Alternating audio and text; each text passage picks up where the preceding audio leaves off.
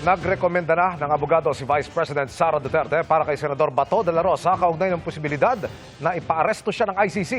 May puna rin ang bise sa takbo ng investigasyon sa flood control projects. Nakatutok si Adrian Prietos ng GMA Regional TV. Noong Abril pa lang daw, sinabihan na ni VP Sara Duterte si Senador Bato de la Rosa na maghanda sa anumang mangyayari patungkol sa kaso nito sa ICC. Noong nabalitaan ko po na nagsalita si Ombudsman Romulia patungkol sa ICC warrant, ay minessage ko si Senator Bato de la Rosa. Nakausap ko yung anak niya, si Maki de la Rosa, at nag-refer ako ng isang lawyer na nakausap din namin noon na isang King's Counsel at nakabase yung kanilang opisina doon sa England. Ilang araw nang umuugong ang mga balitang maaaring ipaaresto si De La Rosa dahil sa naging papel nito sa madugong war on drugs ni dating Pangulong Rodrigo Duterte.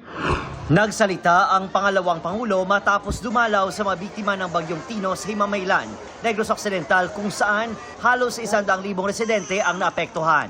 Dito, kanya ring binatikos ang takbo ng investigasyon sa mga flood control projects. Alam na natin kung sino yung mga tao na may kagagawan noong anomalya, korupsyon sa ating budget, pero hanggang ngayon ay wala pa ring nananagot. Puro lang investigasyon.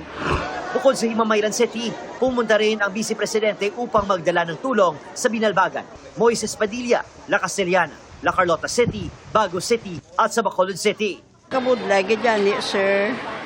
Kabudlay gani kasi tubi ang diferensya. Sobra ganyan experience nga ano.